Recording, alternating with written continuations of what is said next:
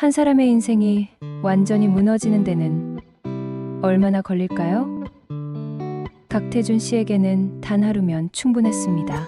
2023년 12월 15일 그날 아침까지만 해도 태준 씨는 대구에서 소문난 음식점 체인 만나는 집의 사장이었습니다. 저녁이 되자 그는 빈털터리가 되어 있었습니다.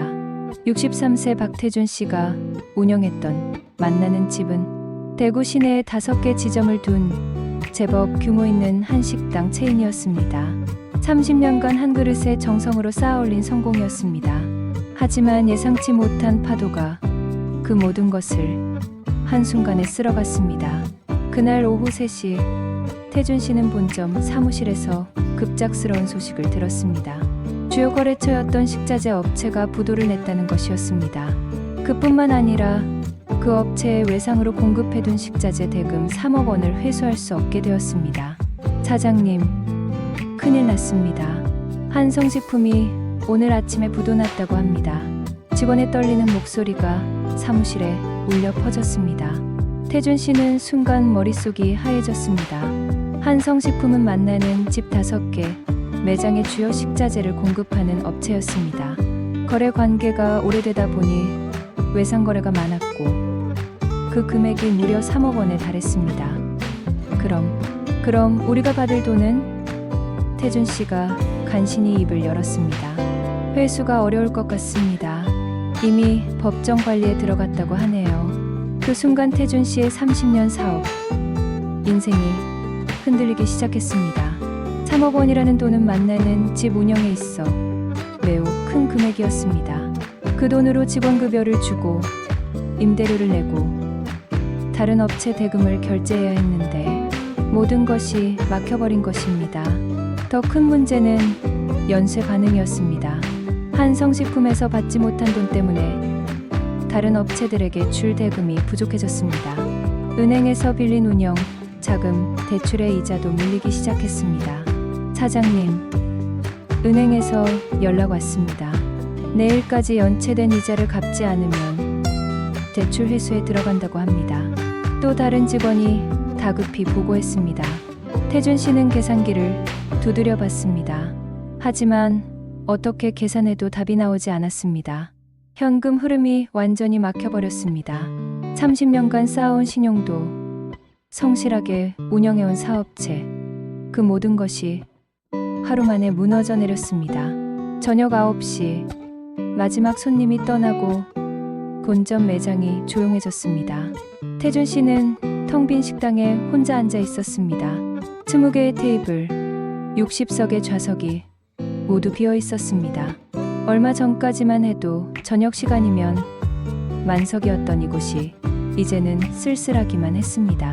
30년을 이렇게 키워왔는데 태준 씨는 혼잣말을 중얼거렸습니다.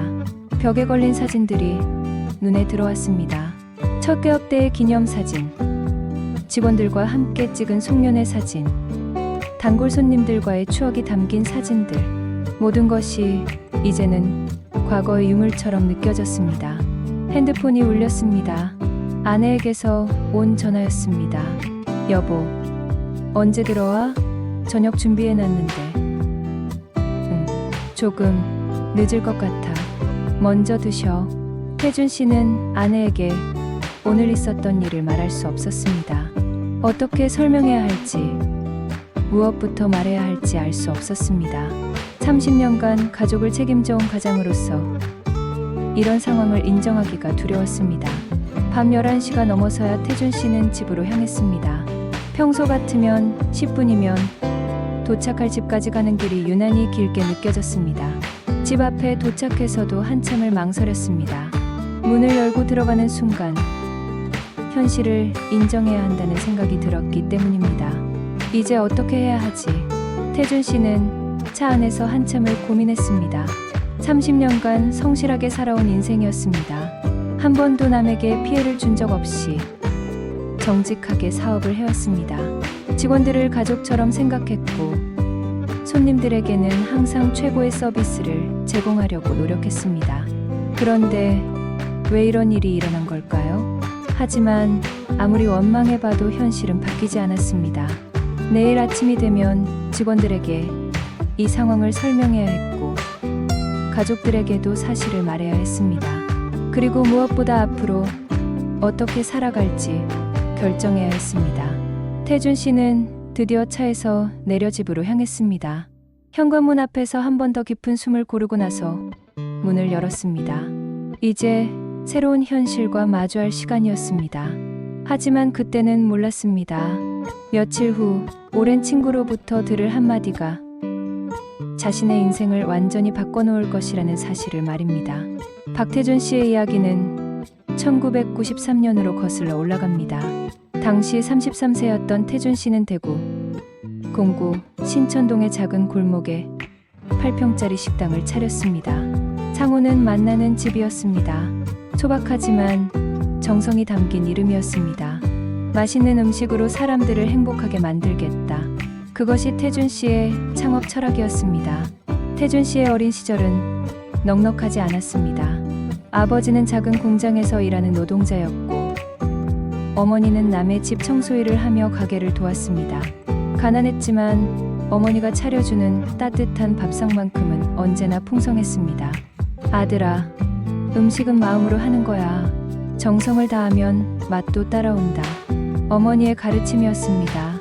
고등학교를 졸업한 태준 씨는 대학 진학 대신 취업을 선택했습니다.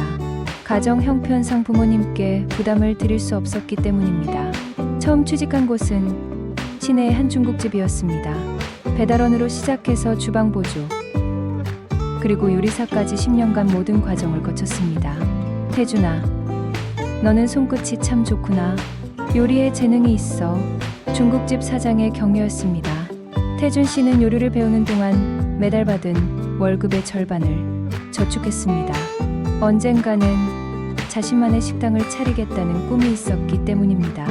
10년간 모은 돈이 3천만 원 정도 되었을 때 드디어 독립을 결심했습니다. 첫 식당을 차릴 때 태준 씨는 고민이 많았습니다. 중국 요리를 할지 한식을 할지 결정해야 했습니다. 고민 끝에 한식을 선택했습니다. 어머니의 손맛을 기억하며 정성스러운 한식으로 승부하고 싶었기 때문입니다. 정성스러운 집밥 같은 음식을 만들어보자. 태준 씨의 다짐이었습니다. 8평짜리 작은 공간이었지만 태준 씨는 최선을 다했습니다. 새벽 5시에 일어나 시장에서 직접 식재료를 고르고 하나하나 정성스럽게 요리했습니다. 김치찌개, 된장찌개, 불고기 등 서민적인 메뉴들이었지만 맛만큼은 일품이었습니다. 처음에는 손님이 많지 않았습니다. 하루 매출이 10만 원도 안 되는 날이 허다했습니다. 하지만 태준 씨는 포기하지 않았습니다. 한 분 한 분 찾아주시는 손님들을 정성으로 모셨습니다. 사장님, 김치찌개 정말 맛있어요. 우리 어머니 손맛 같아요. 한 단골 손님의 칭찬이었습니다. 그런 칭찬 한마디가 태준 씨에게는 큰 힘이 되었습니다. 점차 소문이 나기 시작했습니다. 신천동에 정말 맛있는 집이 있다는 입소문이 퍼졌습니다. 2년이 지나자 매장이 좁아서 손님들이 기다려야 할 정도가 되었습니다. 태준 씨는 옆 가게가 디자 재빨리 임대 계약을 맺고 매장을 확장했습니다. 8평에서 20평으로 규모가 커졌습니다. 1998년 개업 5년 만에 태준 씨는 두 번째 매장을 열었습니다. 시내 중심가의 30평 규모의 매장이었습니다. 이때부터 직원을 고용하기 시작했습니다. 직원들도 가족이라고 생각하고 대하겠습니다. 태준 씨는 직원들과의 첫 미팅에서 이렇게 말했습니다. 태준 씨의 경영 철학은 단순했습니다. 좋은 재료로 정성스럽게 요리하고 직원들을 가족처럼 대하며 손님들에게는 항상 최고의 서비스를 제공하는 것이었습니다. 2000년대에 들어서면서 만나는 집은 대구의 대표적인 한식당으로 자리 잡았습니다. 2005년에는 세 번째 매장, 2010년에는 네 번째 매장, 2015년에는 다섯 번째 매장까지 확장했습니다. 각 매장마다 30명씩 총 150명의 직원이 일했습니다. 태준 씨는 직원들의 복지에도 신경을 많이 썼습니다. 다른 음식점보다 높은 급여를 주었고 명절 보너스도 넉넉히 지급했습니다. 직원 자녀들의 학비도 지원해주곤 했습니다. 사장님 덕분에 우리 딸이 대학까지 갈 수 있었어요. 10년 근속 직원의 감사 인사였습니다. 태준 씨에게는 그런 직원들의 고마움이 가장 큰 보람이었습니다. 돈을 벌기 위해 사업을 시작했지만 이제는 함께하는 사람들과의 관계가 더 소중했습니다. 가정도 화목했습니다. 1995년에 결혼한 아내 은경 씨와 사이에 아들 2명을 두었습니다. 큰아들 지훈이는 서울에서 직장 생활을 하고 있었고 둘째 지민이는 대학생이었습니다. 여보, 당신 정말 대단해요. 8평짜리 작은 식당에서 시작해서 이렇게 큰 사업을 일으켰으니 아내의 격려였습니다. 2020년까지 만나는 집은 승승장구했습니다.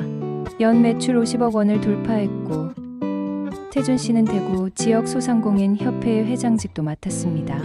지역 경제 발전에 기여한 공로로 시장 표창도 받았습니다. 30년간 정직하게 사업해온 결과입니다. 태준 씨는 항상 겸손했습니다. 하지만 2021년 초부터 상황이 바뀌기 시작했습니다. 코로나19의 영향으로 외식업계 전체가 어려워졌습니다.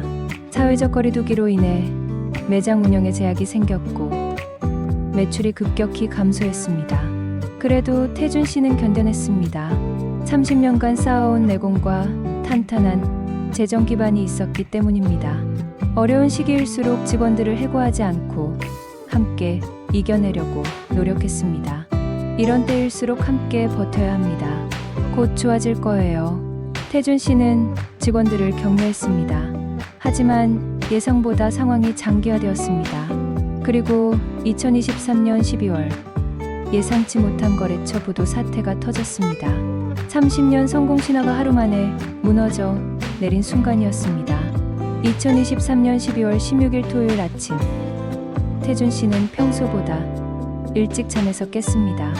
어젯밤의 충격으로 제대로 잠을 이루지 못했기 때문입니다. 시계를 보니 새벽 5시였습니다. 평소 같으면 시장에 장을 보러 갈 시간이었지만 오늘은 발걸음이 떨어지지 않았습니다. 거실로 나온 태준 씨는 소파에 앉아 어제 받은 서류들을 다시 한번 살펴봤습니다. 한성식품부도 통지서, 은행 대출 연체 경고장, 그리고 다른 거래처들로부터 온 독촉장들, 현실이 적나라하게 드러나는 문서들이었습니다. 여보, 왜 이렇게 일찍 일어났어? 아내 은경 씨가 잠옷 차림으로 거실로 나왔습니다. 태준 씨는 잠시 망설였습니다. 아내에게 어떻게 말해야 할지 확신이 서지 않았습니다. 하지만 이제 더 이상 숨길 수도 없었습니다. 은경아, 앉아봐. 할 말이 있어. 무슨 일이야? 표정이 안 좋은데.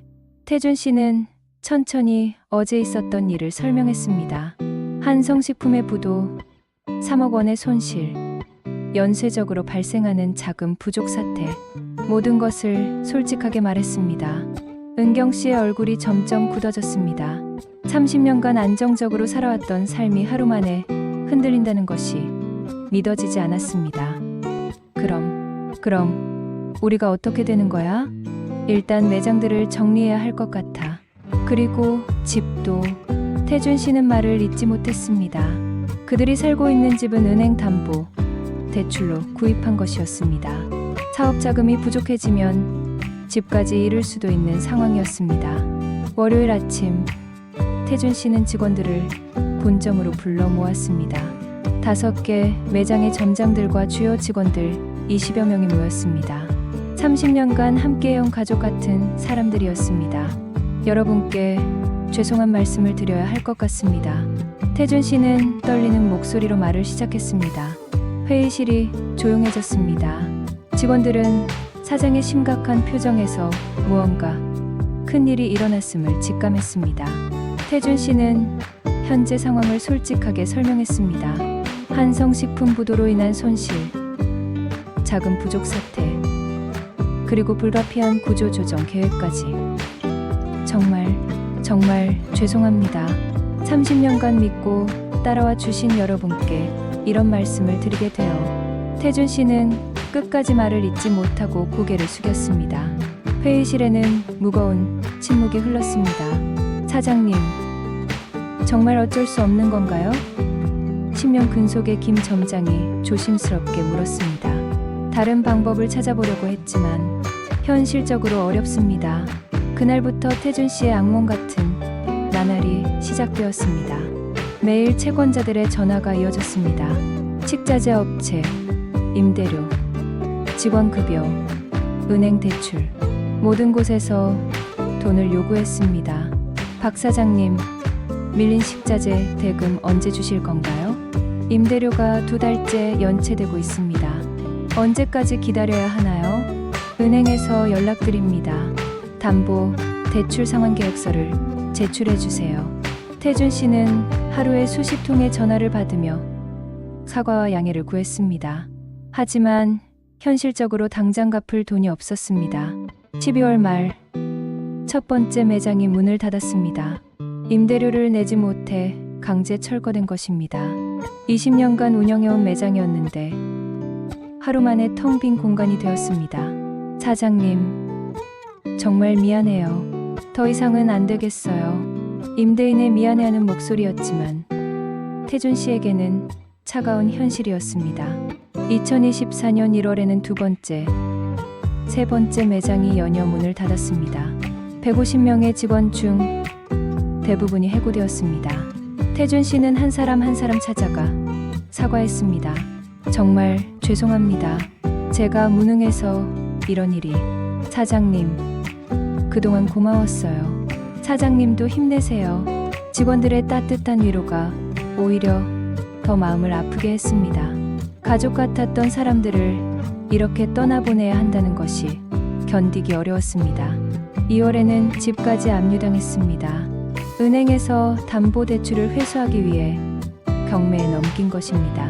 30년간 이루어놓은 모든 것이 사라져갔습니다. 여보, 이제 어디서 살아야 해? 아내의 절망적인 목소리였습니다. 태준 씨는 대답할 수 없었습니다. 자신도 앞으로 어떻게 살아야 할지 모르겠기 때문입니다. 아들들과의 관계도 어색해졌습니다. 큰아들 지훈이는 서울에서 직장 생활을 하고 있었는데 아버지의 사업 실패 소식을 듣고 충격을 받았습니다.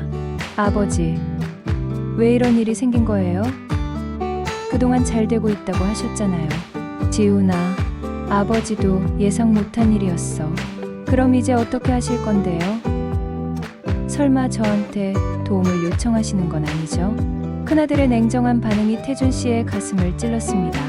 자식들에게 부담을 주고 싶지 않았지만 그들의 차가운 시선을 견디기는 더욱 어려웠습니다. 둘째, 지민이도 마찬가지였습니다. 대학 등록금을 낼 수 없게 되자 휴학을 해야 한다는 소식을 들었습니다. 아빠, 정말 등록금도 못 내는 거예요? 미안하다. 지민아, 조금만 기다려줘. 하지만 태준 씨 자신도 언제 상황이 나아질지 확신할 수 없었습니다. 3월이 되자 마지막 매장마저 문을 닫게 되었습니다. 30년간 키워온 만나는 집이라는 브랜드가 완전히 사라지는 순간이었습니다. 마지막 날 밤, 태준 씨는 텅 빈 매장에 혼자 앉아 있었습니다. 30년의 추억이 담긴 공간이었는데 이제는 남이 될 곳이었습니다. 정말 끝인가? 태준 씨는 혼잣말을 중얼거렸습니다. 63세의 나이에 모든 것을 잃고 다시 시작해야 한다는 현실이 막막했습니다. 평생 성실하게 살아왔는데 왜 이런 일이 일어났을까요? 하늘이 자신을 버린 것 같았습니다. 그때 태준 씨는 아직 몰랐습니다. 며칠 후 20년 만에 만날 옛 친구가 자신의 인생을 완전히 바꿔놓을 한마디를 해줄 것이라는 사실을 말입니다. 2024년 3월 말, 태준 씨는 임시로 구한 원룸에서 홀로 지내고 있었습니다. 월세 30만 원짜리 8평 남짓한 공간이었습니다. 30년 전 처음 사업을 시작할 때보다도 못한 환경이었습니다. 하지만 지금의 태준 씨에게는 그마저도 감사한 공간이었습니다. 아내 은경 씨는 친정으로 가 있었습니다. 경제적 어려움과 함께 부부 관계까지 악화되면서 별거 상태가 된 것입니다.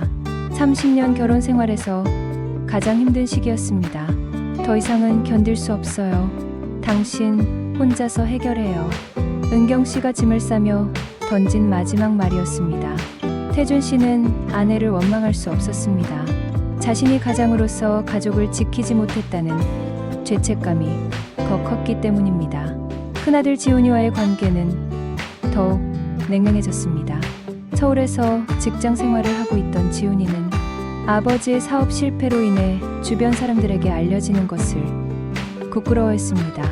아버지 때문에 회사에서도 뒷말이 나와요. 제발 조용히 지내세요. 지훈이의 차가운 말이었습니다. 둘째 지민이는 대학을 휴학하고 아르바이트를 시작했습니다. 등록금을 스스로 벌어야 했기 때문입니다. 태준 씨는 그런 아들을 보며 마음이 찢어졌습니다. 아빠, 괜찮아요. 제가 알아서 할게요. 지민이는 담담하게 말했지만 그 담담함이 오히려 더 아팠습니다. 밤이면 태준 씨는 좁은 원룸에서 혼자 지내야 했습니다. 30년간 가족과 함께 했던 저녁 식사, 함께 보던 TV 프로그램, 아이들과 나누던 대화, 모든 것이 그리웠습니다. 내가 뭘 잘못했을까? 태준 씨는 매일 밤 자책했습니다. 낮에는 일자리를 찾으러 다녔습니다. 하지만 63세의 나이에 그것도 사업 실패, 경력이 있는 사람을 채용하려는 곳은 많지 않았습니다. 죄송합니다. 연령대가 맞지 않아서요. 경력이 너무 오래되었네요. 다른 분을 찾고 있습니다. 거절당하는 것이 일상이 되었습니다. 태준 씨는 점점 자신감을 잃어갔습니다. 어느 날 오후 태준 씨는 옛 만나는 집 본점이 있던 자리를 지나갔습니다. 그곳에는 이미 다른 식당이 들어와 있었습니다. 30년간 자신의 정성이 담긴 공간이었는데 이제는 완전히 다른 모습이었습니다. 30년이 이렇게 쉽게 사라질 수 있구나. 태준 씨는 씁쓸함을 감출 수 없었습니다. 저녁이 되어 원룸으로 돌아온 태준 씨는 간단한 컵라면으로 저녁을 때웠습니다. 30년간 최고급 식재료로 요리를 해온 사람이 이제는 1,000원짜리 컵라면으로 끼니를 해결해야 했습니다. 이것도 사치인가? 태준 씨는 자조적으로 웃었습니다. 밤 10시, 태준 씨는 침대에 누워 천장을 바라봤습니다. 좁은 원룸의 천장에는 곰팡이, 자국이 여기저기 보였습니다. 30년 전 신혼 때 살던 집보다도 못한 환경이었습니다. 핸드폰을 보니 아무도 연락한 사람이 없었습니다. 예전에는 하루에도 수십 통의 전화가 왔었는데 이제는 완전히 조용했습니다. 성공했을 때는 많았던 사람들이 실패하고 나니 모두 사라졌습니다. 결국 혼자구나. 태준 씨는 깊은 외로움을 느꼈습니다. 새벽 2시, 잠이 오지 않아 태준 씨는 창밖을 내다봤습니다. 거리는 조용했고 가로등만이 쓸쓸하게 빛나고 있었습니다. 이 시간이면 예전에는 다음날 매장 운영 계획을 세우거나 새로운 메뉴 개발을 고민하고 있었을 텐데 이제 내가 뭘 해야 하지? 태준 씨는 혼잣말을 중얼거렸습니다. 63세라는 나이, 모든 재산을 잃은 상황, 가족들과의 관계 악화, 모든 것이 절망적으로 보였습니다. 때로는 이 모든 것을 끝내고 싶다는 생각이 들기도 했습니다. 아침이 되면 또다시 일자리를 찾아 나서야 했습니다. 하지만 희망적인 답변을 들을 가능성은 희박했습니다. 63세에 새로운 일을 시작한다는 것이 현실적으로 쉽지 않았기 때문입니다. 그래도 포기할 수는 없어. 태준 씨는 스스로를 다독였습니다. 하지만 마음 한편으로는 정말 끝인 것 같다는 생각이 들었습니다. 30년간 쌓아온 모든 것을 잃고 가족들에게까지 외면당한 상황에서 다시 일어날 수 있을까요? 그날 밤도 태준 씨는 잠을 이루지 못했습니다. 천장의 곰팡이 자국을 바라보며 지난 30년을 되돌아봤습니다. 정말 열심히 살았습니다. 한 번도 남에게 피해를 준 적 없이 정직하게 사업을 했습니다. 왜 나한테 이런 일이? 태준 씨는 원망스러운 마음을 감출 수 없었습니다. 새벽 4시가 되어서야 태준 씨는 간신히 잠들 수 있었습니다. 하지만 몇 시간 후면 또다시 현실과 마주해야 했습니다. 일자리를 찾아야 하고 밀린 월세를 걱정해야 하고 가족들과의 관계를 고민해야 했습니다. 태준 씨는 그날 밤 꿈을 꾸었습니다. 30년 전 처음 만나는 집을 열었던 날의 꿈이었습니다. 희망에 찬 젊은 사업가였던 자신의 모습이 나타났습니다. 그때는 미래에 대한 확신이 있었고 무엇이든 할 수 있을 것 같았습니다. 하지만 꿈에서 깨어나니 다시 냉혹한 현실이었습니다. 좁은 원룸, 텅 빈 통장, 연락하는 사람 없는 핸드폰, 모든 것이 절망적이었습니다. 그때 태준 씨는 몰랐습니다. 바로 내일 20년 만에 만날 내 친구가 자신의 인생을 완전히 바꿔놓을 것이라는 사실을 말입니다. 때로는 인생의 가장 어두운 순간에 가장 밝은 빛이 찾아온다는 것을 태준 씨는 아직 알지 못했습니다.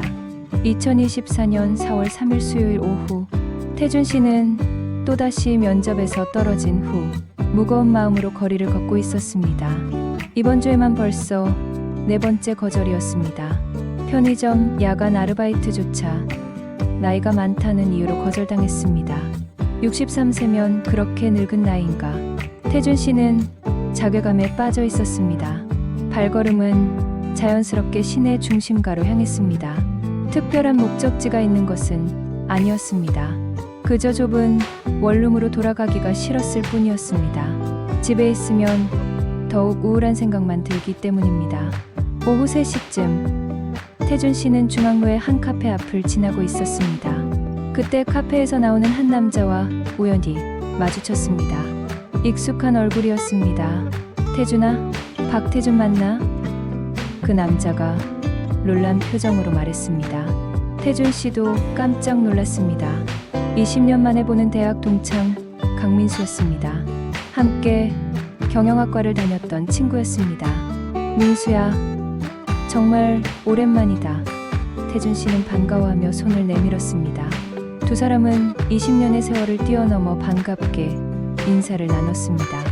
민수는 태준 씨와 달리 여전히 단정한 모습이었습니다.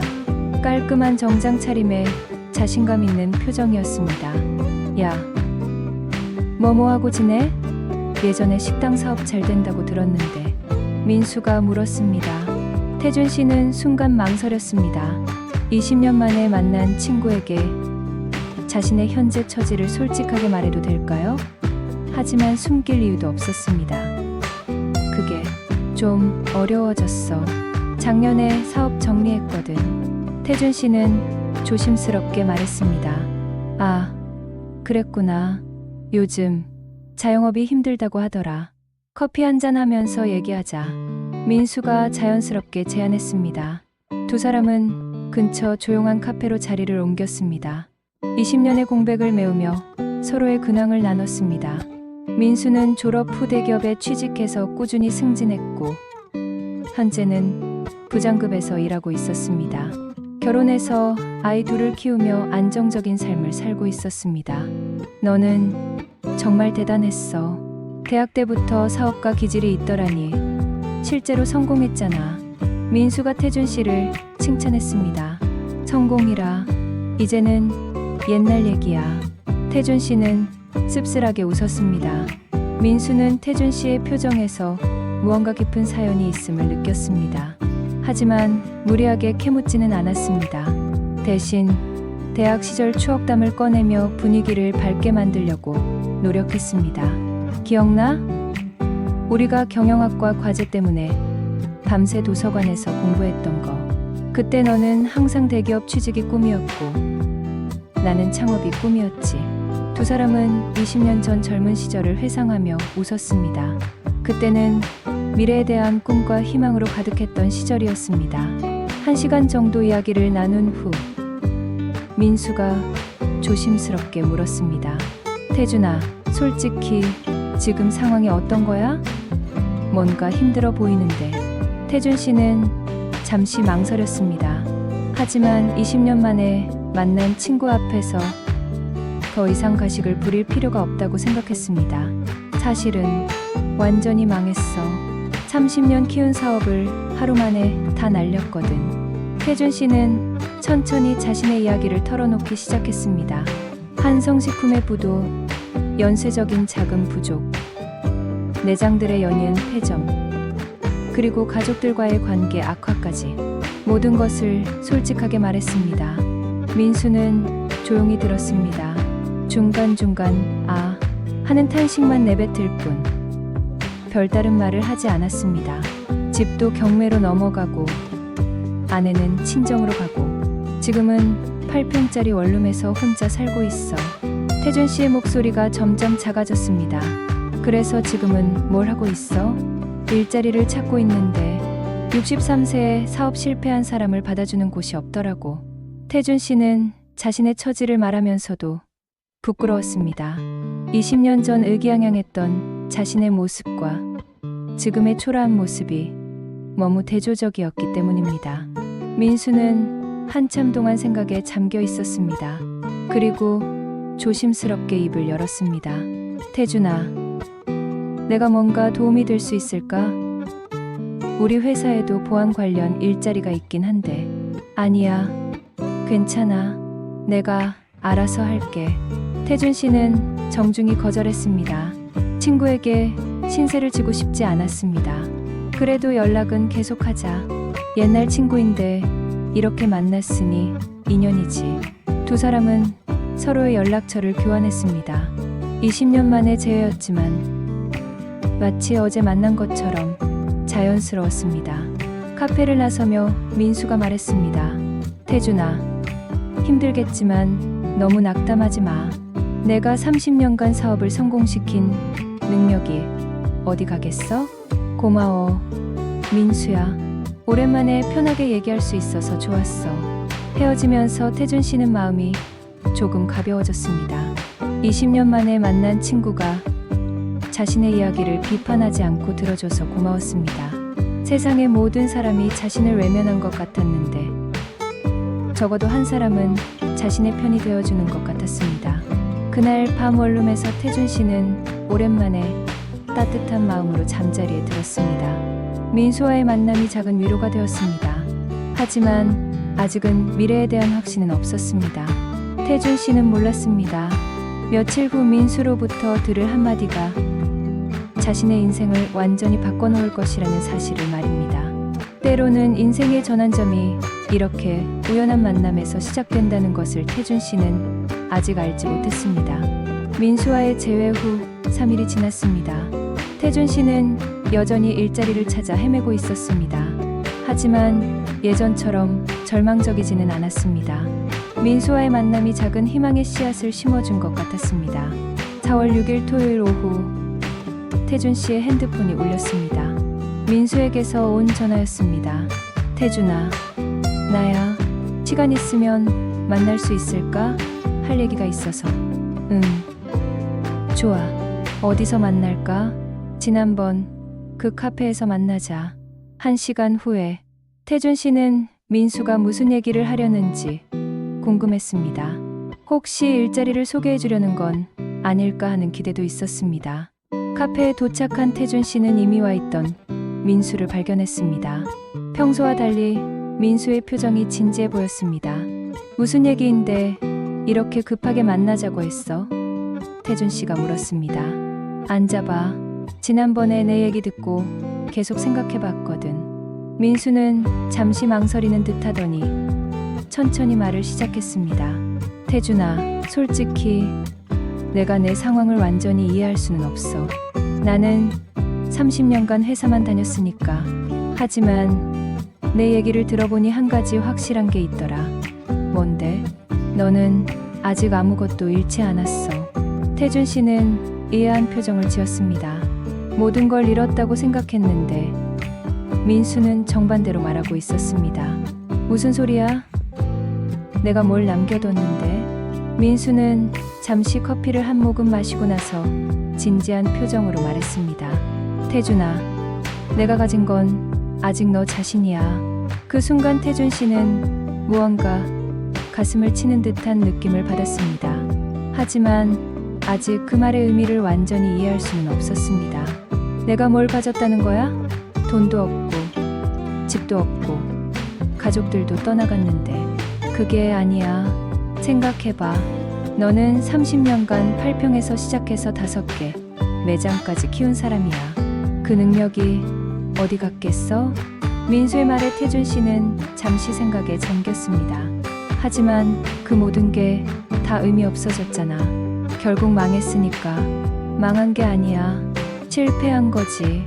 망하는 것과 실패하는 것은 달라.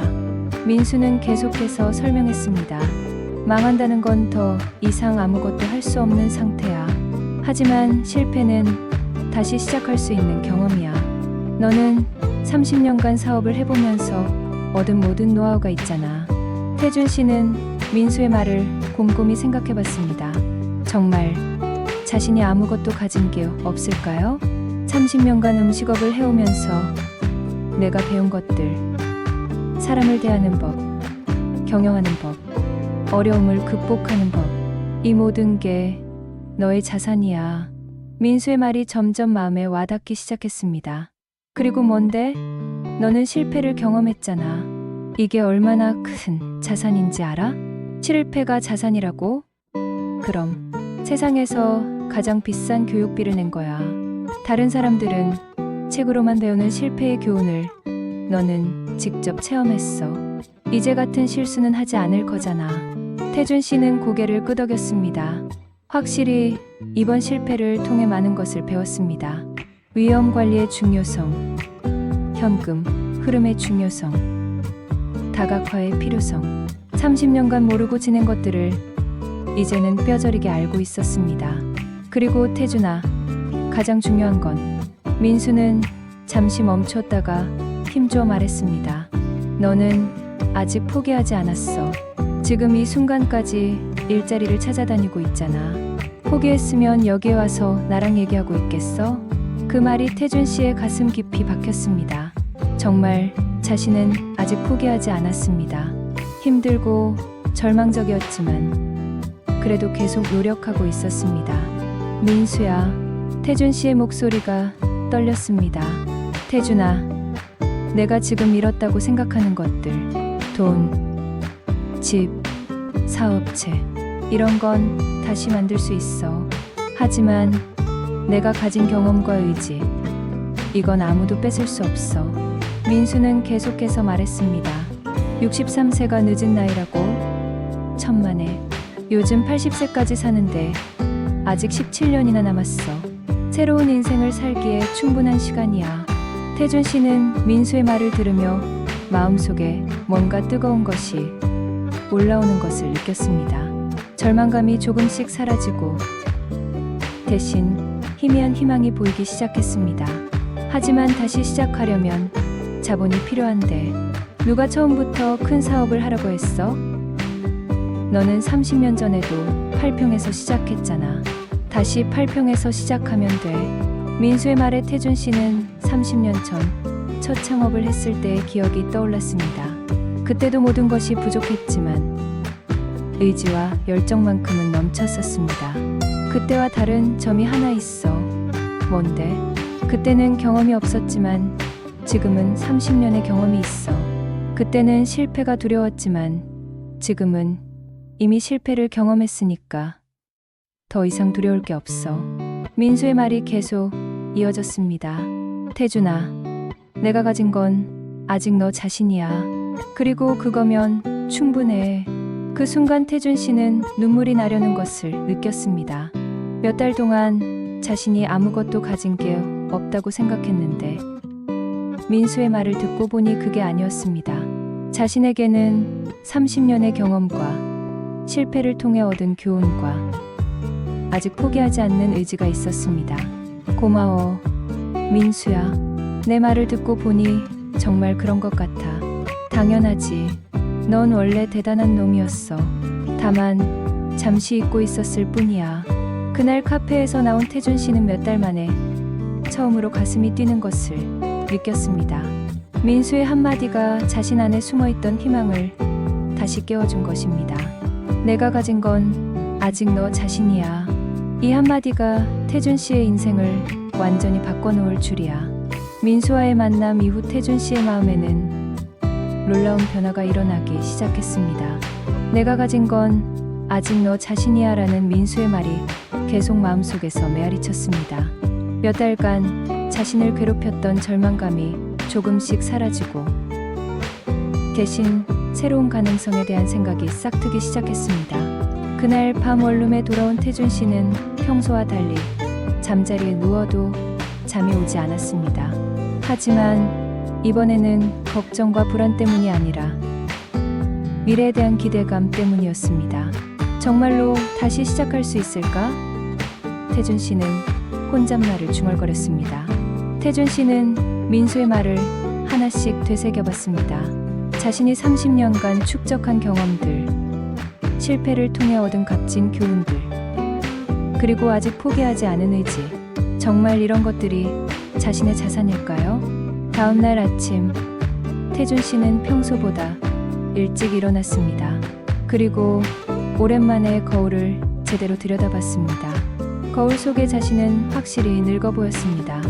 머리에는 흰머리가 많아졌고 얼굴에는 주름이 깊어졌습니다. 하지만 눈빛만큼은 아직 살아 있었습니다. 63세, 정말 늦은 나이일까? 태준 씨는 자문했습니다. 요즘 100세 시대라고 하는데 63세면 아직 절반도 살지 않은 나이였습니다. 그리고 민수 말대로 17년이라는 시간이 남아 있었습니다. 새로운 일을 시작하기에 충분한 시간이었습니다. 태준 씨는 노트를 한 권 사서 자신의 생각을 정리하기 시작했습니다. 30년간 음식업을 하면서 배운 것들을 하나씩 적어봤습니다. 식재료 선별 노하우, 메뉴 개발 경험, 직원 관리 방법, 고객 서비스 노하우, 위기 관리 경험. 적다 보니 생각보다 많은 것들이 있었습니다. 이런 것들이 정말 자신만의 자산이었습니다. 다음으로는 이번 실패를 통해 배운 교훈들을 적어봤습니다. 현금 흐름 관리의 중요성, 위험 분산의 필요성, 거래처 다각화의 중요성, 경기 변동에 대한 대비. 이런 교훈들은 돈으로도 살 수 없는 값진 경험이었습니다. 앞으로 사업을 한다면 같은 실수는 반복하지 않을 자신이 있었습니다. 일주일 후, 태준 씨는 구체적인 계획을 세우기 시작했습니다. 처음부터 큰 사업을 할 수는 없으니 작은 것부터 시작해보기로 했습니다. 30년 전처럼 작은 식당부터 시작해보자. 태준 씨의 결론이었습니다. 하지만 이번에는 30년 전과 다를 것이 있었습니다. 경험이 있었습니다. 무엇을 조심해야 하는지, 어떻게 리스크를 관리해야 하는지 알고 있었습니다. 태준 씨는 시장 조사를 시작했습니다. 요즘 사람들이 어떤 음식을 선호하는지, 어떤 지역의 식당이 부족한지 직접 발로 뛰며 조사했습니다. 며칠 동안 여러 지역을 돌아다녀 본 결과 대구 외곽의 신흥주택가의 소규모 가정식 식당에 대한 수요가 있다는 것을 발견했습니다. 여기다. 태준 씨는 확신했습니다. 그 지역은 젊은 부부들이 많이 이사 온 곳이었습니다. 아이들이 있는 가정이 많아서 건강하고 맛있는 가정식에 대한 니즈가 높았습니다. 하지만 주변에는 제대로 된 한식당이 많지 않았습니다. 태준 씨는 사업 계획서를 작성하기 시작했습니다. 30년 전과 달리 이번에는 매우 치밀하고 현실적인 계획을 세웠습니다. 초기 투자비, 월 운영비, 예상 매출, 손익분기점까지 꼼꼼히 계산했습니다. 이번에는 절대 무리하지 않겠다. 태준 씨의 다짐이었습니다. 계산 결과 3천만 원 정도면 작은 식당을 시작할 수 있을 것 같았습니다. 보증금, 인테리어, 초기 운영비까지 포함한 금액이었습니다. 문제는 그 돈을 어떻게 마련하느냐였습니다. 현재 태준 씨에게는 100만 원 정도밖에 없었습니다. 은행 대출은 현재 상황에서는 불가능했습니다. 태준 씨는 고민 끝에 결정했습니다. 일단 아르바이트를 해서 돈을 모으기로 한 것입니다. 나이가 많아서 정규직은 어렵지만 아르바이트라면 가능할 것 같았습니다. 이번에는 관점이 달랐습니다. 전에는 63세에 아르바이트를 해야 하나라는 부끄러움이 있었지만 이제는 새로운 사업을 위한 투자라고 생각했습니다. 태준 씨는 적극적으로 아르바이트를 구했습니다. 그리고 한 치킨집에서 오후 6시부터 자정까지 주방 보조 일을 하게 되었습니다. 나이가 좀 있으시긴 한데 경력이 있으시니까 한번 해보세요. 사장의 말이었습니다. 첫 출근 날 태준 씨는 30년 만에 다시 남의 밑에서 일하게 되었습니다. 처음에는 어색했지만 금세 적응했습니다. 30년간 쌓인 주방 경험이 큰 도움이 되었습니다. 손이 정말 빠르시네요. 진짜 음식점 하셨던 분 맞네. 함께 일하는 젊은 직원들이 감탄했습니다. 태준 씨는 그들의 반응이 기분 좋았습니다. 자신이 아직 쓸모 있는 사람이라는 것을 확인할 수 있었기 때문입니다. 한 달 후, 태준 씨는 월급 180만 원을 받았습니다. 30년 전 첫 사업을 할 때보다도 적은 금액이었지만 이번에는 의미가 달랐습니다. 새로운 시작을 위한 소중한 미천이었습니다. 이 속도로 2년 정도 모으면 3천만 원은 모을 수 있겠다. 태준 씨는 계산해봤습니다. 2년이라는 시간이 길게 느껴질 수도 있었지만 태준 씨에게는 준비 기간으로 생각되었습니다. 그동안 더 많은 것을 배우고 더 완벽한 준비를 할 수 있을 것입니다. 민수와도 정기적으로 만나 진행 상황을 공유했습니다. 어때? 아르바이트는 잘 되고 있어? 응. 생각보다 괜찮아. 젊은 친구들이랑 일하니까 에너지도 생기고. 그래. 그게 맞아. 내가 다시 살아나는 게 보여. 민수의 격려가 태준 씨에게는 큰 힘이 되었습니다. 아르바이트를 시작한 지 6개월이 지났습니다. 태준 씨는 이제 치킨집에서 없어서는 안 될 직원이 되었습니다. 30년간 음식업에 종사한 경력이 빛을 발했습니다. 단순한 주방 보조가 아니라 메뉴 개발에도 조언을 하고 젊은 직원들에게 노하우를 전수해주기도 했습니다. 사장님, 태준 씨가 제안한 새 메뉴 반응이 정말 좋아요. 치킨집 사장이 기뻐했습니다. 태준 씨가 제안한 집밥 느낌, 양념치킨이 손님들 사이에서 인기를 끌고 있었습니다. 30년간 가정식 전문으로 사업한 경험이 차별화 포인트가 된 것입니다. 역시 경력이 다르네요. 저희가 배울 게 많아요.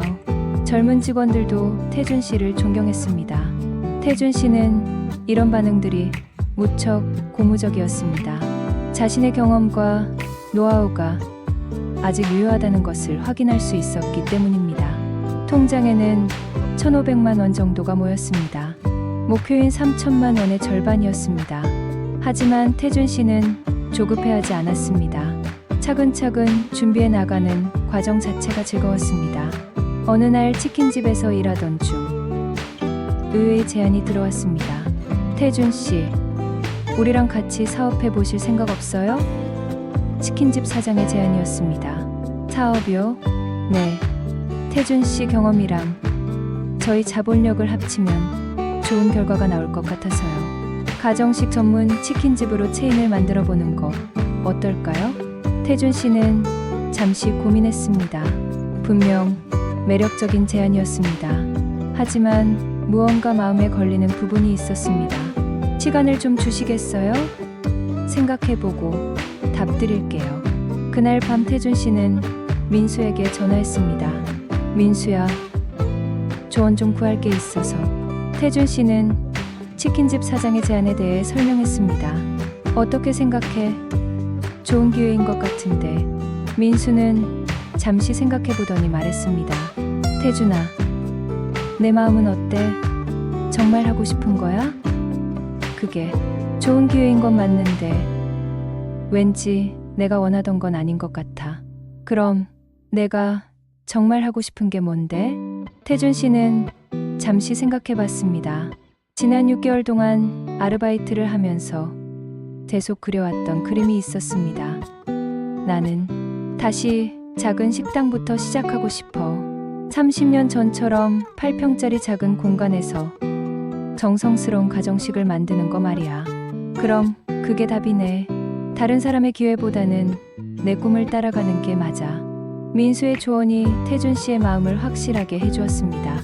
다음 날 태준 씨는 치킨집 사장에게 정중히 거절 의사를 전했습니다. 좋은 제안 감사하지만 제가 하고 싶은 일이 따로 있어서요. 아, 그래요? 아쉽네요. 그래도 언제든 마음이 바뀌면 연락 주세요. 치킨집 사장도 이해해 주었습니다. 그 후 태준 씨는 더욱 열심히 돈을 모았습니다. 아르바이트 외에도 주말에는 음식 관련 일용직을 구해서 추가 수입을 올렸습니다.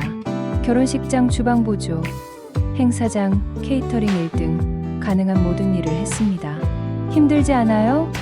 함께 일하는 사람들이 걱정했습니다. 전혀요.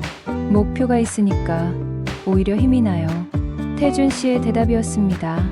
1년이 지나자 통장에 2,800만 원이 모였습니다. 목표에 거의 다다른 것입니다. 태준 씨는 본격적으로 매장을 알아보기 시작했습니다. 운 좋게도 처음 눈여겨봤던 신흥주택가에 적당한 매장이 나왔습니다. 12평 정도의 작은 공간이었지만 태준 씨에게는 완벽해 보였습니다. 여기다. 태준 씨는 확신했습니다. 임대료는 월 80만 원, 보증금은 1,000만 원이었습니다. 30년 전보다는 비쌌지만 현재 시세로는 합리적인 수준이었습니다. 태준 씨는 신중하게 계약을 진행했습니다. 이번에는 30년 전과 달리 모든 조건을 꼼꼼히 검토했습니다. 실패의 경험이 주는 지혜였습니다. 인테리어는 최대한 심플하게 했습니다. 과도한 투자를 피하고 음식의 맛으로 승부하겠다는 생각이었습니다. 정성스러운 집밥을 만들어주는 곳이라는 느낌이 나도록 하자. 태준 씨의 컨셉이었습니다. 메뉴도 신중하게 선정했습니다. 30년간의 경험을 바탕으로 이 지역 주민들이 좋아할 만한 메뉴들을 골랐습니다.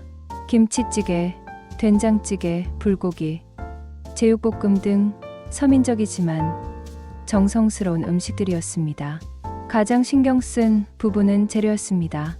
30년 전과 달리 이제는 거래처 관리의 중요성을 잘 알고 있었습니다. 여러 업체와 거래하여 리스크를 분산시켰고 현금 거래를 원칙으로 했습니다. 2024년 12월 드디어 새로운 만나는 집이 문을 열었습니다. 30년 전과 같은 상호명이었지만 이번에는 의미가 완전히 달랐습니다. 개업 첫날 태준 씨는 혼자서 모든 준비를 했습니다. 새벽 5시에 일어나 시장에서 신선한 재료를 사고 하나하나 정성스럽게 준비했습니다. 다시 시작이다. 태준 씨는 마음속으로 다짐했습니다. 첫 손님은 근처에 사는 젊은 엄마였습니다. 아이와 함께 온 그녀는 김치찌개를 주문했습니다. 어머, 이 맛은 우리 어머니 손맛 같아요. 첫 손님의 감탄이었습니다. 그 순간 태준 씨는 30년 전 첫 창업 때의 감동을 다시 느꼈습니다. 손님의 만족스러운 표정을 보는 것만큼 기쁜 일은 없었습니다. 첫 주 매출은 기대보다 좋았습니다. 소문이 나면서 점점 더 많은 손님들이 찾아왔습니다. 사장님, 여기 음식 정말 맛있어요. 자주 올게요. 단골 손님들이 하나둘 생기기 시작했습니다. 태준 씨는 한 손님 한 손님을 정성스럽게 모셨습니다. 30년의 경험과 실패의 교훈이 만들어낸 최고의 서비스였습니다. 민수도 개업 축하차 찾아왔습니다. 태준아, 정말 대단하다. 1년 만에 여기까지 오다니. 내 덕분이야, 민수야. 내가 그 말을 해주지 않았다면 불가능했을 거야. 두 친구는 작은 성공을 함께 축하했습니다. 아직 시작일 뿐이었지만 희망의 씨앗이 싹을 틔우고 있었습니다. 새로운 만나는 집이 문을 연 지 3개월이 지났습니다. 매출은 꾸준히 늘고 있었고 단골 손님들도 많아졌습니다. 태준 씨는 매일 아침 5시에 일어나 장을 보고 저녁 9시까지 식당을 운영했습니다. 힘들었지만 보람이 있었습니다. 가장 큰 변화는 태준 씨 자신이었습니다. 몇 개월 전까지만 해도 절망에 빠져 있던 사람이 이제는 희망에 차 있었습니다. 매일 아침 거울을 보며 오늘도 화이팅 이라고 말하는 것이 일과가 되었습니다. 어느 날 오후 예상치 못한 손님이 식당을 찾았습니다. 바로 둘째 아들 지민이었습니다. 1년 넘게 연락이 끊어졌던 아들이 갑자기 나타난 것입니다. 아, 아빠? 지민이가 조심스럽게 말했습니다. 태준 씨는 순간 눈물이 날 뻔했습니다.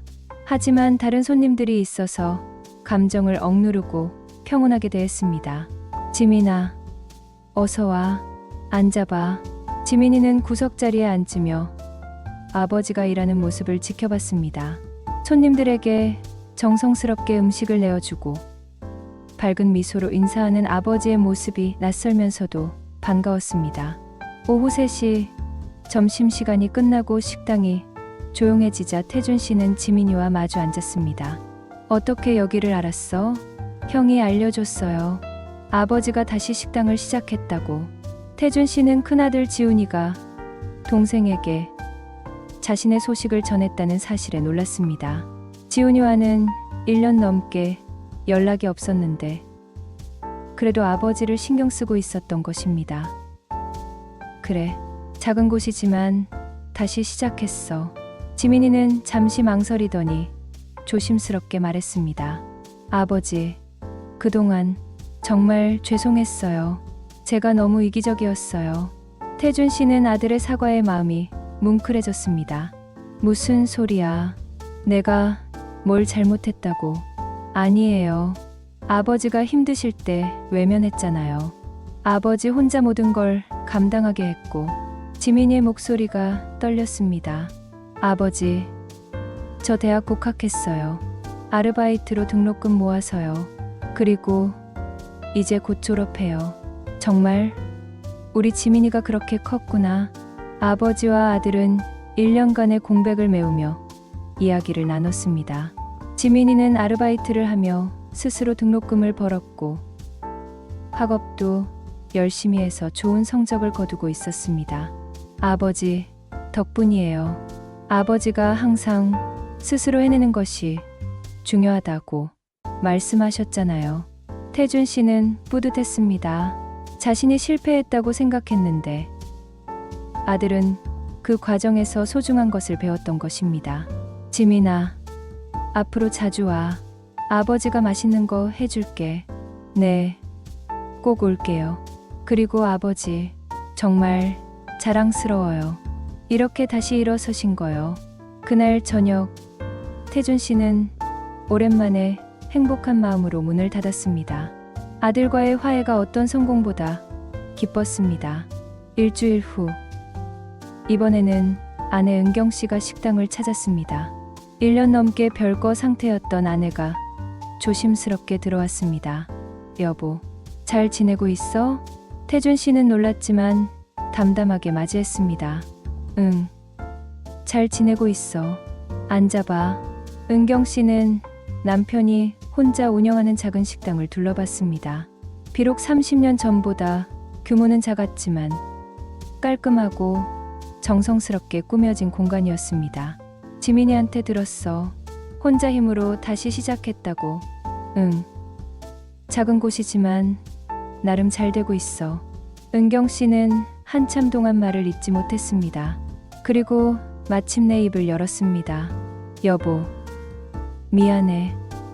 내가 너무 이기적이었어. 무슨 소리야. 당연한 거였어. 내가 가장으로서 가족을 지키지 못했는데. 아니야. 어려울 때 함께해야 하는 게 부부인데. 나는 도망쳤어. 두 사람은 오랜 시간 이야기를 나눴습니다. 1년간의 분노와 서운함, 그리고 그리움까지 모든 감정을 털어놓았습니다. 여보, 나도 많이 생각해봤어.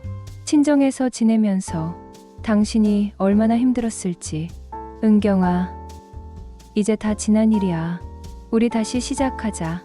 그날 밤, 30년 만에 아내는 남편의 집 작은 원룸이었지만으로 돌아왔습니다. 비좁은 공간이었지만 두 사람에게는 새로운 신혼집 같았습니다. 여보, 내가 식당 일 도와줄까? 정말 고마워. 혼자 하기에는 벅찬 면이 있었거든. 은경 씨는 다음 날부터 식당 일을 도왔습니다. 30년간 음식점 사모님 역할을 했던 경험이 큰 도움이 되었습니다. 특히 손님 응대와 주방 정리 부분에서 태준 씨의 부담을 크게 덜어주었습니다. 한 달 후, 큰아들 지훈이도 서울에서 내려와 식당을 방문했습니다. 아버지, 어머니, 지훈이는 부모님 앞에서 고개를 숙였습니다. 지훈아, 어서 와. 태준 씨는 큰아들을 반갑게 맞았습니다. 아버지, 정말 죄송했습니다. 제가 너무 이기적이었어요. 지훈이도 동생과 마찬가지로 진심 어린 사과를 했습니다. 사업 실패 후 아버지를 외면했던 것에 대한 후회와 미안함을 표현했습니다. 괜찮다, 아들아. 내 마음 아버지가 다 이해해. 그날 저녁 가족 넷이 함께 식사를 했습니다. 2년 만에 가족 모임이었습니다. 작은 식당의 구석 테이블에서 나눈 식사였지만 그 어떤 호화로운 만찬보다 의미 있었습니다. 아버지, 정말 존경해요. 이렇게 다시 일어서시다니. 지훈이의 진심 어린 말이었습니다. 우리 아버지 정말 대단해. 지민이도 아버지를 자랑스러워했습니다. 태준 씨는 가족들의 칭찬에 부끄러워하면서도 뿌듯했습니다. 모든 것을 잃었다고 생각했는데 결국 가장 소중한 것들을 되찾은 것입니다. 가족이 함께 있으니까 더 큰 힘이 나는구나. 태준 씨의 소감이었습니다. 가족이 다시 뭉친 후 만나는 집은 더욱 활기를 띠기 시작했습니다. 태준 씨와 은경 씨가 함께 운영하면서 서비스 품질이 한층 향상되었고 소문이 나면서 더 많은 손님들이 찾아왔습니다. 사장님, 네 분이 정말 정성스럽게 하시네요. 여기 음식은 정말 집밥 맛이에요. 단골 손님들의 칭찬이 이어졌습니다. 태준 씨의 30년 요리 경력과 은경 씨의 따뜻한 서비스가 만들어낸 시너지였습니다. 6개월 후 식당은 이 지역에서 소문난 맛집이 되었습니다. 점심시간이면 웨이팅이 생길 정도로 인기가 높아졌습니다. 하지만 태준 씨는 무리한 확장은 하지 않았습니다. 30년 전 실패의 교훈을 잊지 않았기 때문입니다. 여보, 다른 지점 하나 더 낼까? 은경 씨가 제안했습니다. 아니야. 우리는 이곳 하나만 제대로 하자. 욕심내면 안 돼. 태준 씨는 신중했습니다. 대신 태준 씨는 지역사회에 기여하는 방법을 생각했습니다.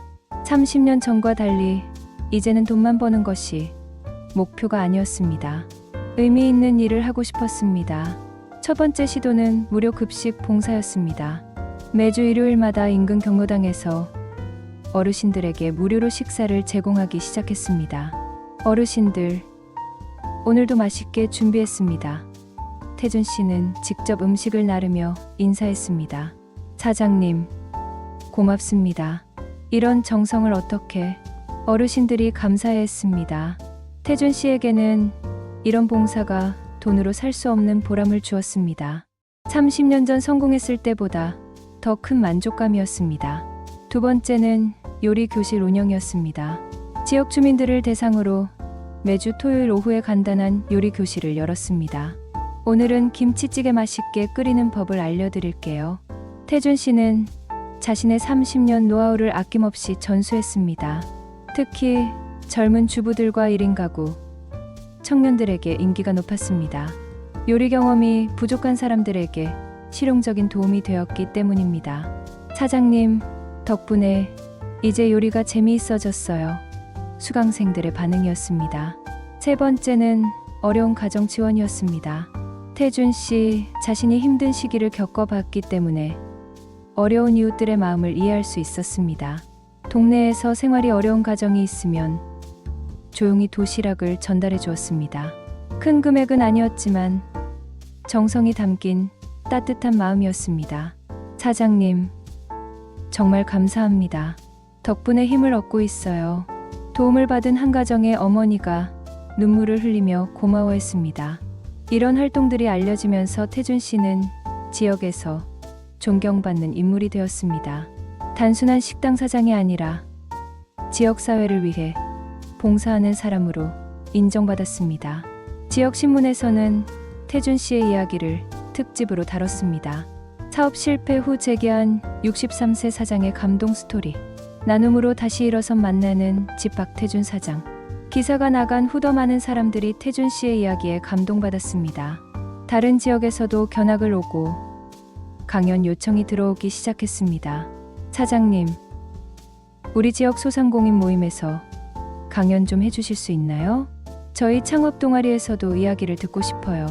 처음에는 부담스러웠지만 태준 씨는 자신의 경험이 다른 사람들에게 도움이 될 수 있다면 의미 있는 일이라고 생각했습니다. 첫 강연에서 태준 씨는 솔직하게 자신의 이야기를 털어놓았습니다. 저는 30년간 성공했다고 생각했는데 하루 만에 모든 걸 잃었습니다. 그때 정말 절망적이었어요. 청중들은 조용히 귀를 기울였습니다.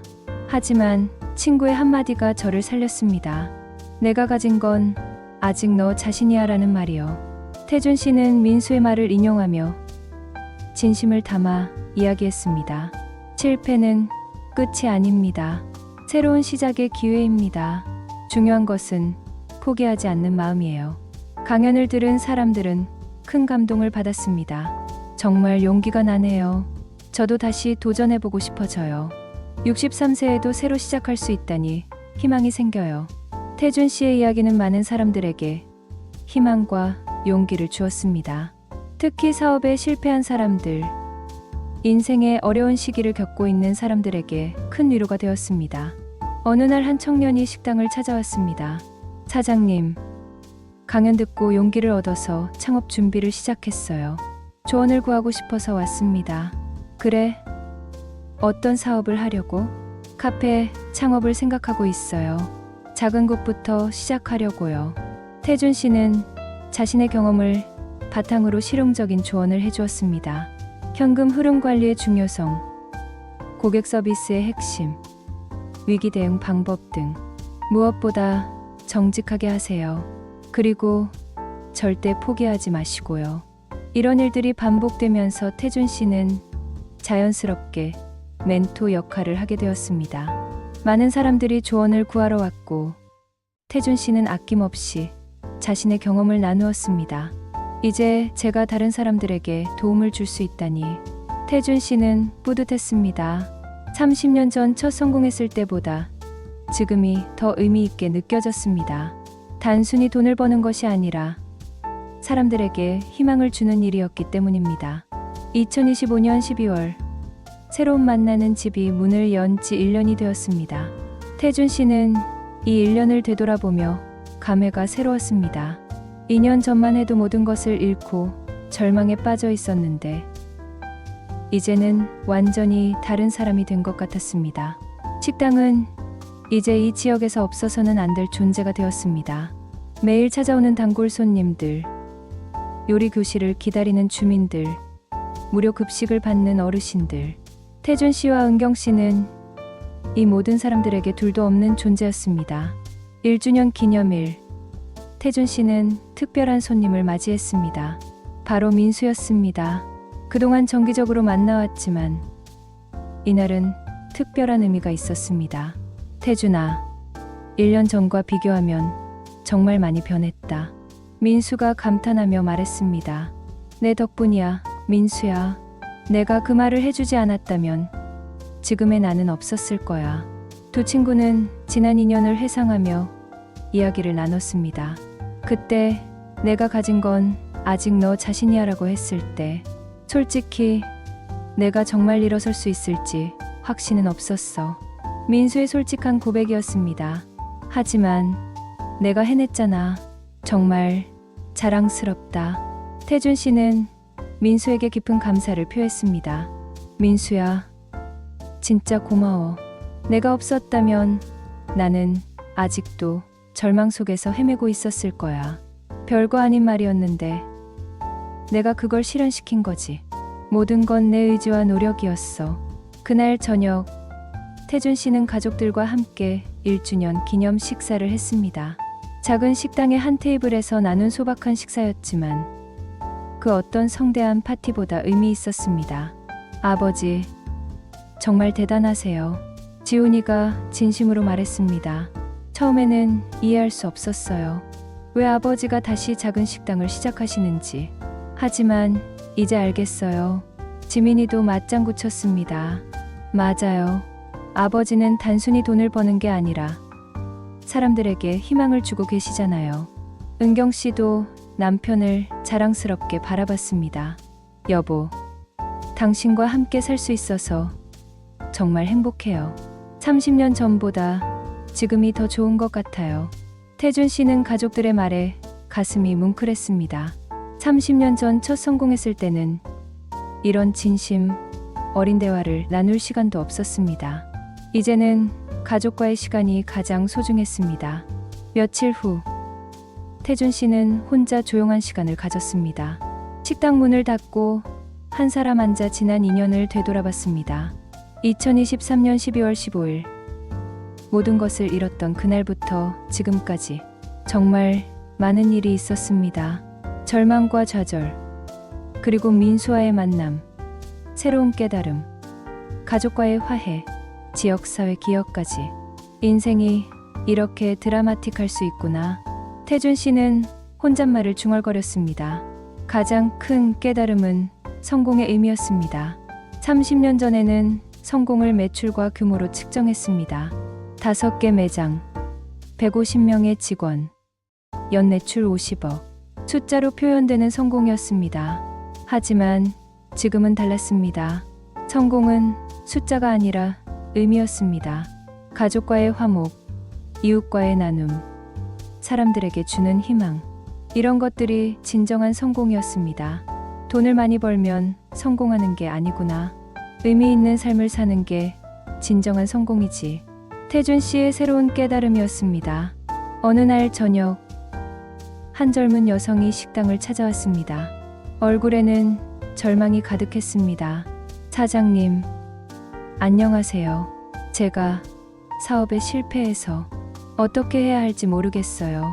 태준 씨는 그 여성에게서 2년 전 자신의 모습을 보았습니다. 모든 것을 잃고 절망에 빠진 사람의 모습이었습니다. 일단 앉으세요. 천천히 이야기해보세요. 태준 씨는 그 여성의 이야기를 들어주었습니다. 그리고 2년 전 민수가 자신에게 해주었던 것처럼 희망의 메시지를 전했습니다. 실패는 끝이 아닙니다. 새로운 시작의 기회예요. 당신이 가진 건 아직 당신 자신입니다. 민수가 자신에게 해준 바로 그 말이었습니다. 정말요? 정말 다시 시작할 수 있을까요? 물론입니다. 저도 63세에 다시 시작했는걸요. 나이는 숫자에 불과해요. 그 여성은 태준 씨의 말에 희미한 희망을 찾은 듯 했습니다. 감사합니다. 사장님, 용기를 얻고 가네요. 그 여성이 떠난 후 태준 씨는 뿌듯함을 느꼈습니다. 자신이 받은 도움을 다른 사람에게 전할 수 있다는 것이 기뻤습니다. 이제 내가 누군가의 민수가 되는 거구나. 태준 씨는 미소를 지었습니다. 오늘 이 이야기를 듣고 계시는 여러분께 묻고 싶습니다. 혹시 지금 어려운 시기를 겪고 계신가요? 모든 것을 잃었다고 생각하고 계신가요? 태준 씨의 이야기가 말해줍니다. 진정한 실패는 넘어지는 것이 아니라 다시 일어서지 않는 것입니다. 나이는 숫자에 불과하고 언제든 새로운 시작이 가능합니다. 가장 중요한 것은 당신이 가진 건 아직 당신 자신이라는 사실입니다. 경험, 지혜, 의지, 이 모든 것이 당신만의 소중한 자산입니다. 태준 씨는 이제 매일 아침 거울을 보며 이렇게 말합니다. 오늘도 누군가에게 희망을 줄 수 있는 하루가 되자. 여러분도 오늘부터 시작해보세요. 작은 한 걸음이 새로운 인생의 시작이 될 수 있습니다. 포기하지 마세요. 당신의 인생에도 아름다운 기적이 기다리고 있습니다. 내가 가진 건 아직 너 자신이야. 이 한마디가 태준 씨의 인생을 바꿨듯이 여러분의 인생도 바꿀 수 있습니다.